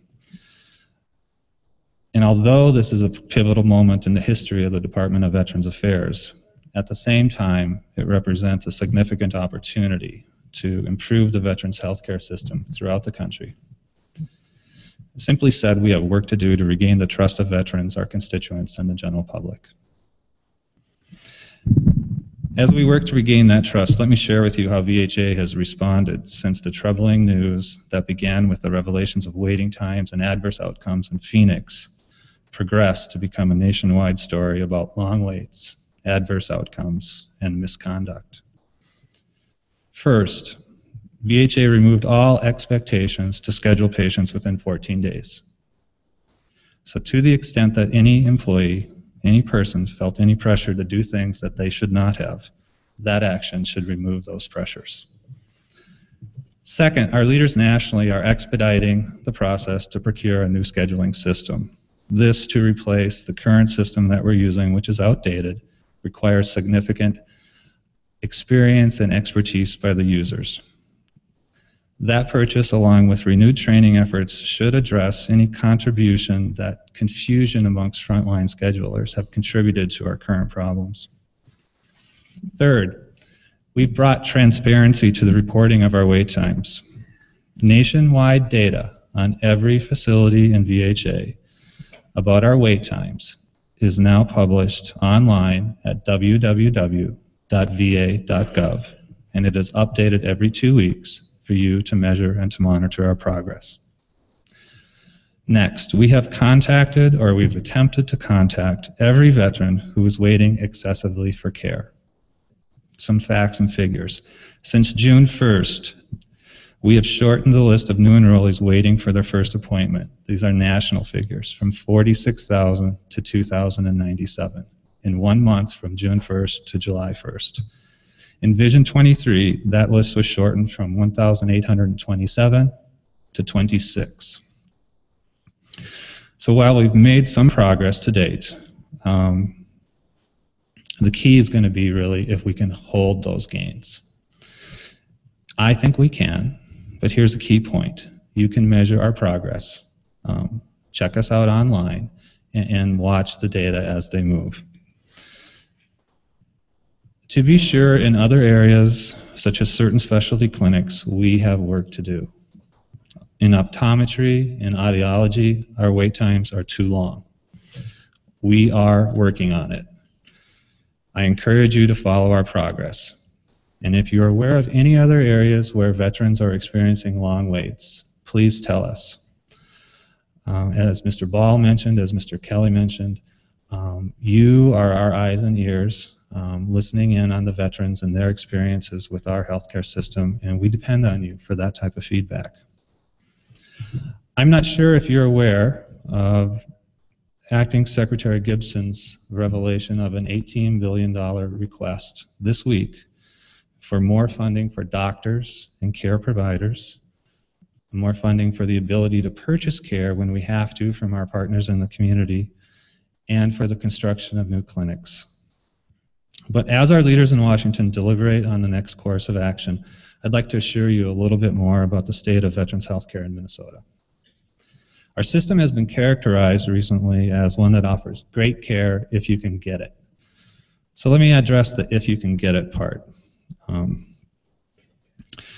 20 years ago when I started working with the VA, I think we had one clinic located just across the border from Duluth in Superior, Wisconsin. Today in Minnesota, we operate a system of 14 clinics that span the state from Albert Lea to Hibbing, from Montevideo to the East Metro suburb of Maplewood. Earlier this summer, we celebrated the opening of our latest clinics in Albert Lea and Shakopee, and both are doing well.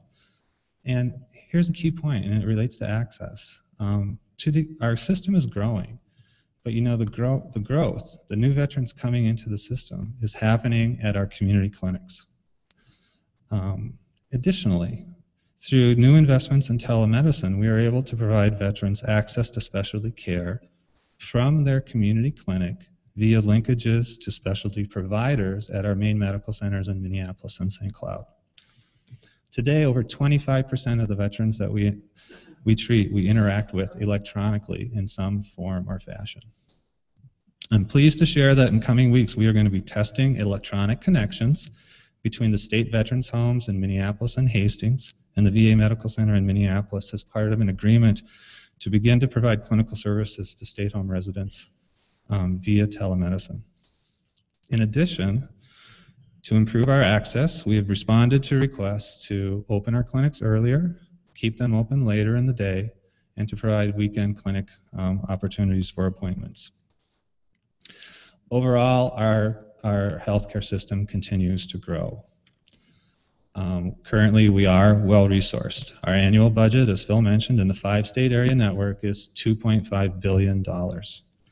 For veterans who reside in the state of Minnesota alone, we provided over $900 million of direct clinical care services in calendar year 2013. The quality of care consistently ranks very high, particularly at our centers in Minnesota, and ranks favorably with the best care available anywhere. Now, I understand that no matter what the data says, there are going to be those who question it. And to those, I would say this, we want your feedback. And to the extent that quality is in the eye of the beholder, we do actively survey the patients that we treat for their feedback. In addition, as I mentioned earlier, our leaders meet monthly with our service organizations, with you, with others, and again, we rely on you to be our eyes and ears and to keep us connected to those we're serving. So while these are trying times for VA nationally, as I heard last night at the rehab committee, the sentiment was the VA is a system we're saving. I thank you for the many volunteer hours, for the many donations, for the services you provide to those that we serve. I thank you in advance for your ongoing support and participation in helping to shape the future of VA healthcare, and I thank you for your service to our country. Hope you're having a great convention. Have fun. Thank you.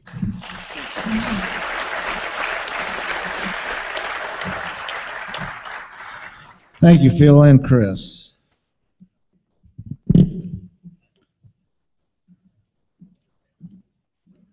Oh, okay. Oh, is that president here? Oh, no, she's not here. No. Who's that?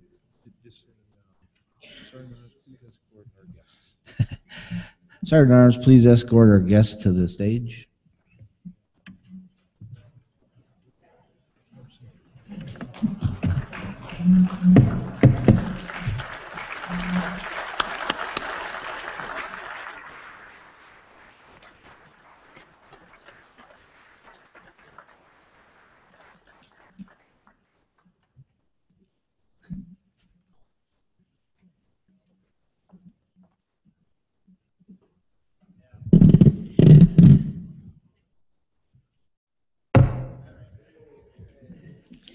It's been a long time since I got to do that. I'm here today because I'd like to introduce to you the National Northwest Vice President of the Northwest Division, Pat Sternatka.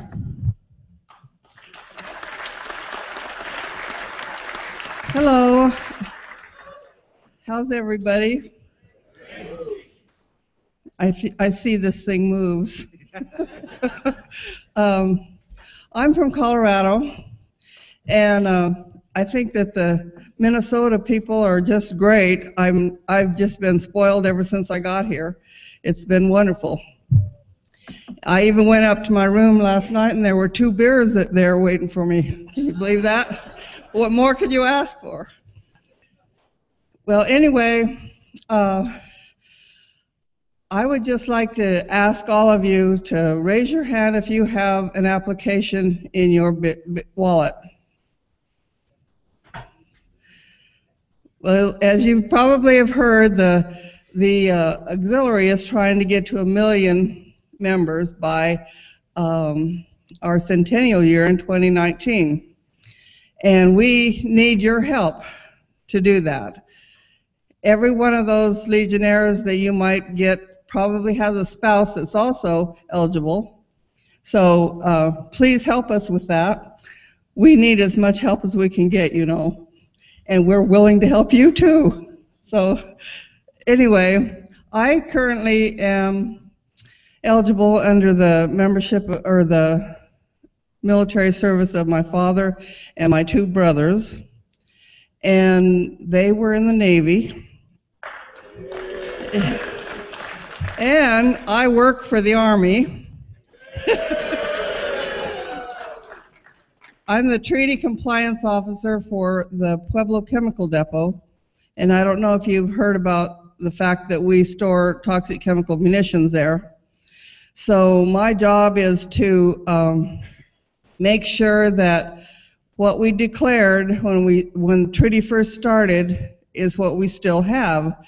And we have inspection teams that come over from various countries from The Hague to inspect and count every one of our munitions at least once a year and make sure that we still have what we declared.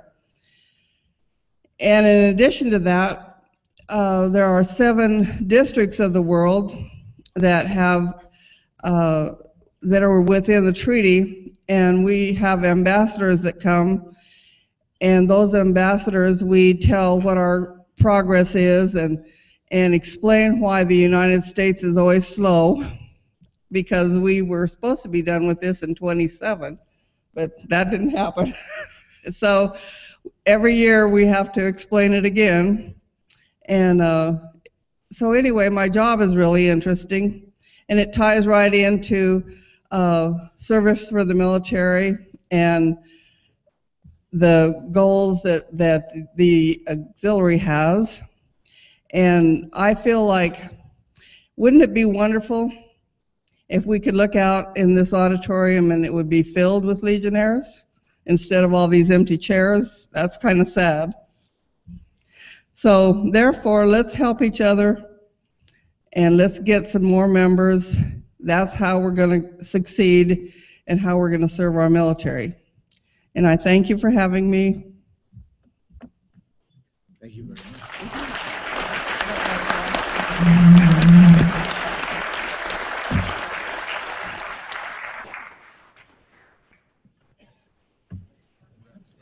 Oh.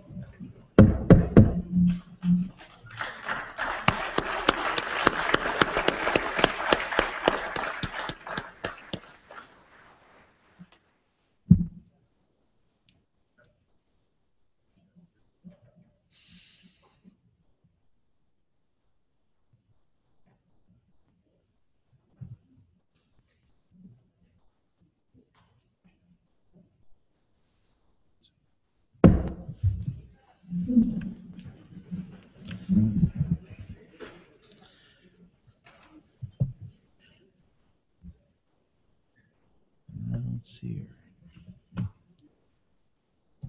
Well, I was going to introduce my wife. Oh, there she is. Okay, she can't see it. Too late.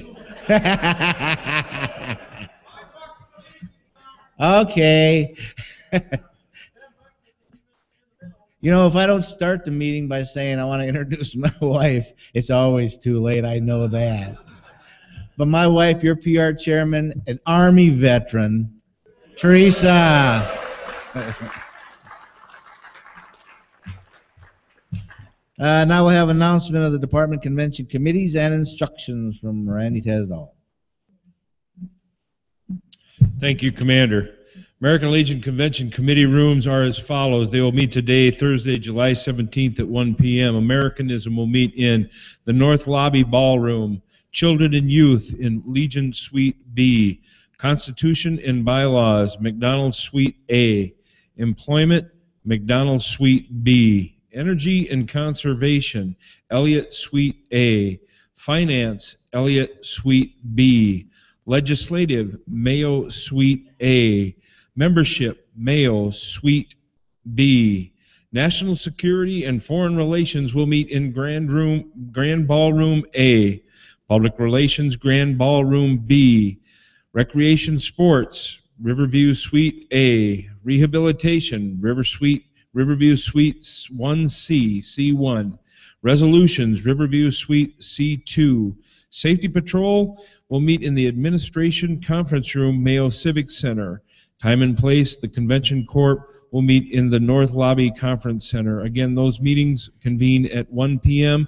And please stop and see me and pick up the packets, someone from those committees. Each of your districts and your caucus this morning appointed individuals to attend those meetings. I need at least someone to stop and see me to pick up your packet before you leave and run off to lunch and then come back to convene your meeting. And all of a sudden you're in there and going, geez, nobody picked up the packet. So again, it happens every year. We always end up with a couple of them left over. Please come get your packet if you're in one of those meetings, knowing that you're going to attend it at 1 o'clock. Even if 3 of you show up, I don't mind saying, oh, somebody already got it. So please come up and get your packet before that meeting. Thank you, Commander.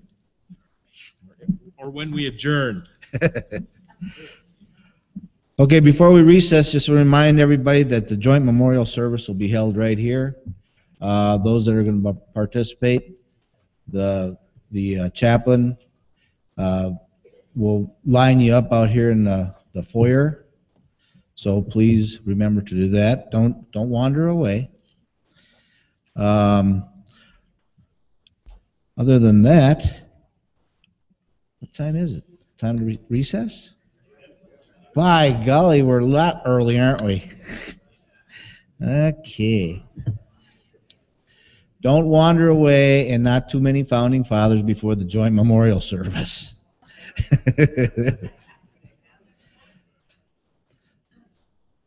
All right, we'll go ahead and have the Sergeant Arms, please retire the colors of our country.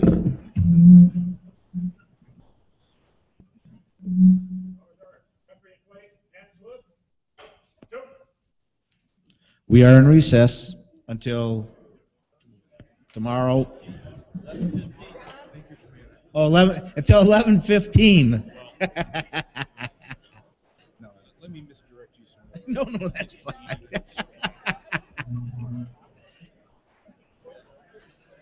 No, I wasn't sure. 8:30. Yeah. Oh. I suppose they got a name on it. That'd be too easy. I got ours. I'll give you this when you start. All right. Good job, guys.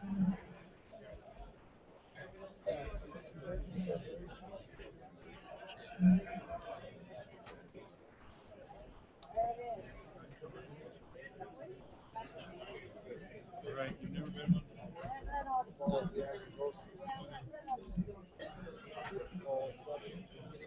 Last one. Okay.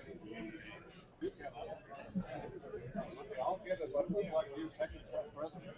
What